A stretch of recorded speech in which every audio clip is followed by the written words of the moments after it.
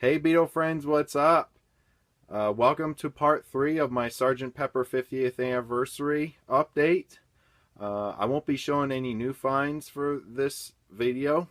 This will be me talking about the 50th anniversary reissue of Sgt. Pepper, my own analysis of the outtakes as well as my enjoyment of the set. For the most part, this will be a positive discussion. There's only going to be some negatives I'm going to discuss. So I wanted to do a little something different other than just showing my new finds, saying, "Oh, I just got this for $20, great condition." I thought I'd do something a little different, and that's discuss the content. Let me hold this box nice and neat here. So I'm gonna talk about the set. I'm gonna talk about the content and my feelings, and yeah. So before I begin, I want to show this 3D cover here of the Sgt. Pepper front cover. All right. First, I want to discuss the packaging of this set. Really beautifully packaged.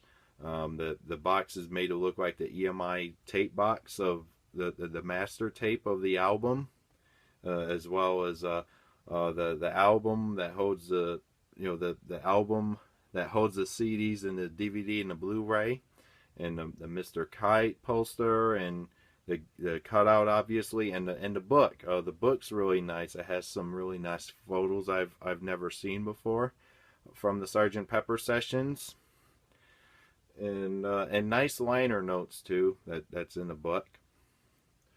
All right, now on to the music. I'm going to discuss the Sgt. Pepper 2017 remix on disc 1. Now, when I bought the 2 CD set, when I was on vacation in Ohio, I put on the remix, and the crowd noise to the title song it came on, and then I was preparing to hear something different, hear something a little different from what I'm used to hearing on the original stereo mix of the album. And as soon as the band came on the title song, Sgt. Pepper's Lonely Hearts Club Band, I literally was like, wow. It's very, very, very modern. It has more bass, and the separation is a big improvement on the 1967 stereo mix, which was remastered for the 2009 stereo remaster. And I was literally nodding my head to the song, and the rest of the album remix, I hear a bunch of differences. Not too much differences. I basically hear a separation improvement. The stereo separation has improved dramatically on the new stereo mix, and overall, I enjoy the new stereo mix of this album. They did a great job. So, all right, now on to the fun part of this box set here. The outtakes. The 2 CDs of the outtakes. Has outtakes I was expecting to be on here, like take 1 of Strawberry Fields Forever. I was hoping it was going to be the version where it has the backing vocals in the middle and the double track John vocal, and it is the one, because on the Anthology 2 version, the double track vocals were mixed out of the Anthology 2 version. Which I was like, why do that? Because there's bootlegs that have the take 1 of Strawberry Fields, and the backing vocals and the double track John vocal are there in the middle, and they're up front.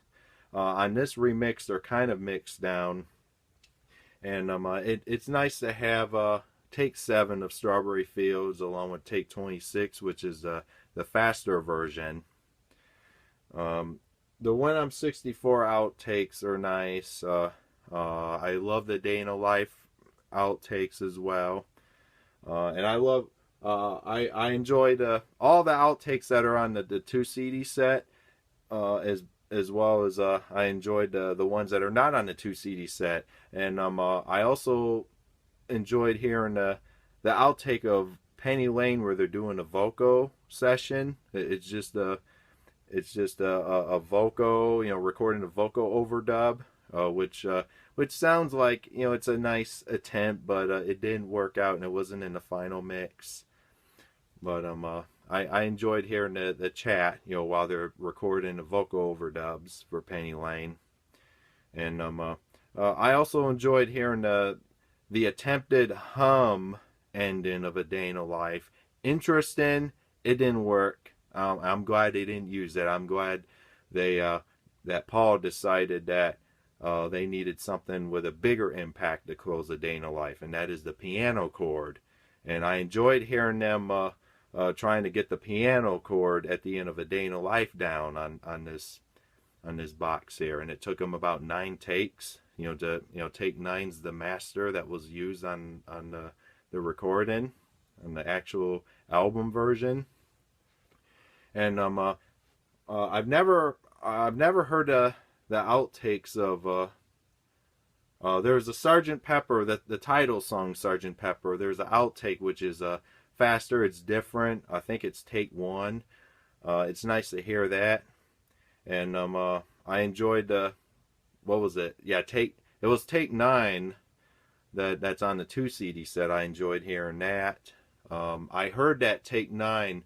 Now, for those who don't know, about 10 years ago, there was FLAC files of 4 of the songs from Sgt. Pepper.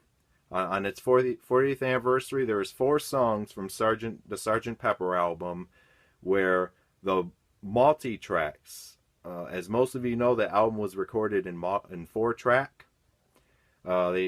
Someone got a hold of 4 songs, and they leaked all 4 songs, all 4 tracks, one by one.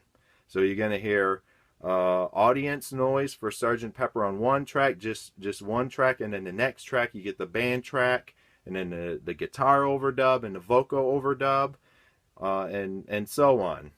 Now those 4 songs that leaked were the title song, Sgt. Pepper's Lonely Hearts Club Band, With a Little Help from My Friends, She's Leaving Home, and A Day in a Life.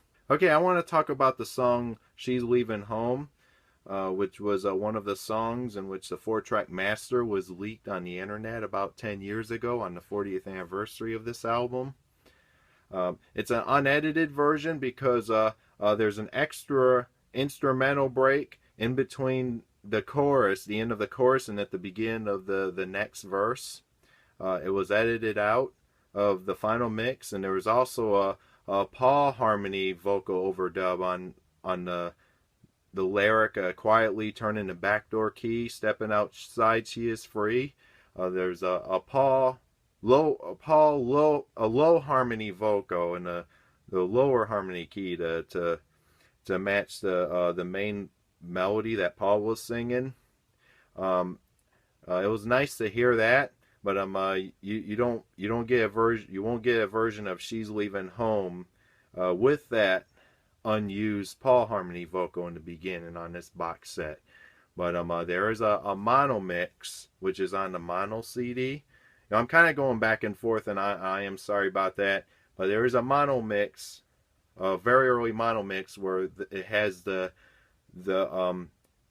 little instrumental break in between the end of the chorus and the beginning of the verse, which is in the mono mix, the earlier mono mix. So it was nice to hear that, but you still don't hear the Paul harmony vocal. Now, going back to the title song Sgt. Pepper, it's nice to hear take 9 on this set. It's the take I'm familiar hearing because of the multi-track. The 4-track masters were leaked on the internet. It's nice to hear the whole thing, the counting, and then the song breaks down, and it's nice to hear the little free now bit at the end of it. You know, I enjoyed the free now bit, but the free now was not on the multi tracks that were leaked. It was nice to hear the Beatles chatting, you know, John, Paul, and George chatting about, you know, Paul doing his vocal. Nice hearing that. And I also enjoyed the Good Morning outtakes on here. And then disc two you get outtakes of getting better, which is nice, and fixing a hoe. And the outtakes go in order in the date that they were recorded. Like Strawberry Fields take one was like November '66, and then it goes in chronological order by recording dates. And it's nice to hear, you know, hear the outtakes. One of my favorites, it is the instrumental version of "Within You Without You," the George song, take one. It's a different arrangement. It looked like sounds like it's an edited version before they put the solo in the middle of the song. That they put it, the solo was originally at the end. And it's nice hearing you know, George coaching the Indian musicians for that track. It's really nice. And I love the lovely Rita outtake on here. I enjoyed that a lot. And I also enjoyed you know, hearing the Sergeant Pepper reprise outtake. That was really nice. It has you know, Paul doing like a guide vocal thing. So overall, the outtakes were amazing. I enjoyed all of them. I'm not going to go through them one by one. I'm just going to talk about certain things I enjoy. And in the fourth CD, you have the mono album. The original mono album sounds great. And then Strawberry Fields Forever and Penny Lane in mono. And I forgot to mention the remixes of the new stereo remixes of Strawberry Fields Forever and Penny Lane. They are on the outtakes disc.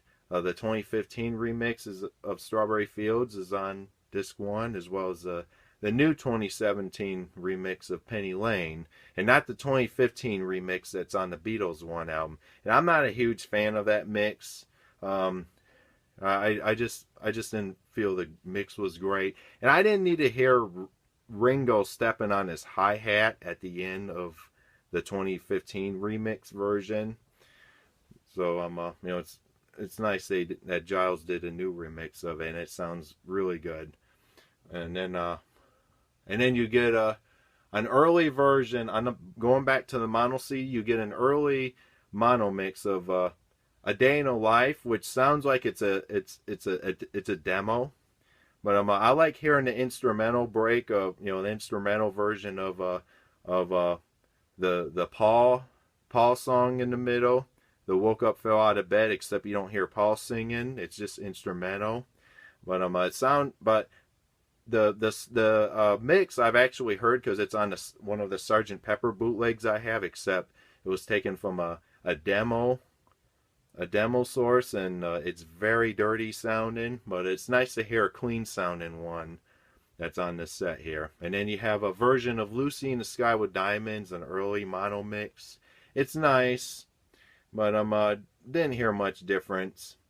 But it's nice to have the mono mix, which is, you know, they thought that it was erased, but it's still there in the archives, so it's nice to use that. And another, speaking of Lucy in the Sky with Diamonds, it would have been nice to have the version with Boob, Hillary Jeremy from Yellow Submarine, sing the first verse, except the first verse is different lyrics, but they're probably going to do that for Yellow Submarine anniversary. You never know. So, and there's also the She's Leaving Home first mono mix that I talked to you about. Okay, the last track on the mono CD is one of the big letdowns of this whole set. I was excited to read that this track was going to be included on the set, but after hearing it, I was very disappointed. And that's Penny Lane, the Capitol Mono promo mix with the trumpet flourish at the end of the song. When you listen to it, it's not from a master tape. It's from a record in poor condition. Like, what?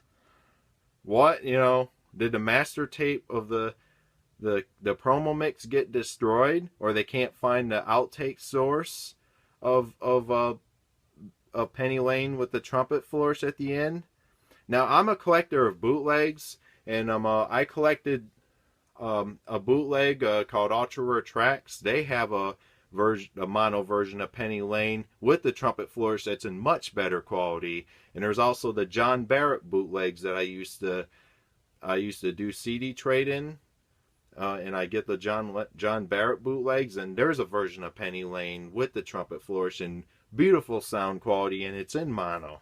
And there's also another thing I would have loved to have been put on this set is a version of Penny Lane with a different horn arrangement. Now, that horn arrangement I'm talking about, when you listen to the version on the Anthology 2, the first solo in the middle, that's the horn arrangement I was talking to you about. That's very different.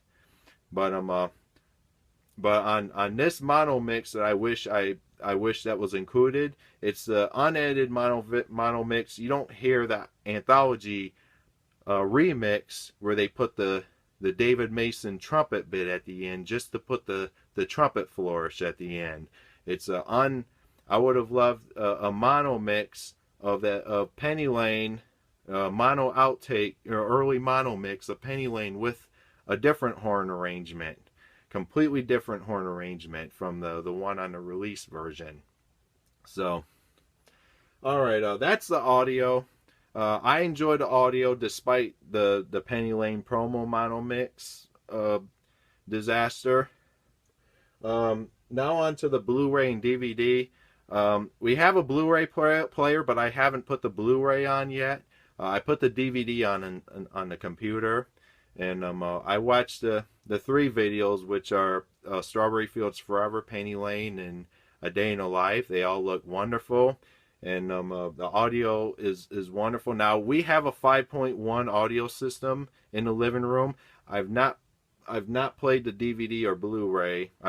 I'm gonna, next time I listen to the 5.1 audio and watch the videos is when I put the Blu-ray on. So the audio sounds good on the remix on the videos. They're remixes, and it also has the Making of Sgt. Pepper, which is a 1992 documentary, that was aired around the 25th anniversary of the album. I remember watching it on the Disney Channel when I was very little, and I enjoyed it so much. And watching that documentary on here brings back memories of how I love the documentary and how much I love this album as well. And I still do to this day. It's one of my top favorite Beatles albums. And the quality of that documentary, it is amazing. And it was nice to see that documentary after, I don't know when was the last time I saw it. I think it was on the VHS or something. But it was recorded VHS. I will tell you that, when I watched it. So, but overall, I love this 50th anniversary issue. I'm getting to the point where I am Sgt. Peppered out. I haven't been listening to this set in a few days. I'm gonna try to listen to it again when I'm in the mood for it. But despite that I'm peppered out, I really love this set. All right, that wraps up this Sgt. Pepper update where I talk about my feelings toward the reissue, what I think of it, and all that. If you haven't bought this reissue, please, if you love this album so much and you haven't bought the reissue, please get it when you get the chance. So, and if you have enough for this box set, go for it. It's worth every penny. Worth every penny. I was excited when this was announced. I placed a pre-order immediately because I wanted this. So, all right. That's it for this video. Stay tuned for more videos. Talk to you all later. And thanks for watching. Take care.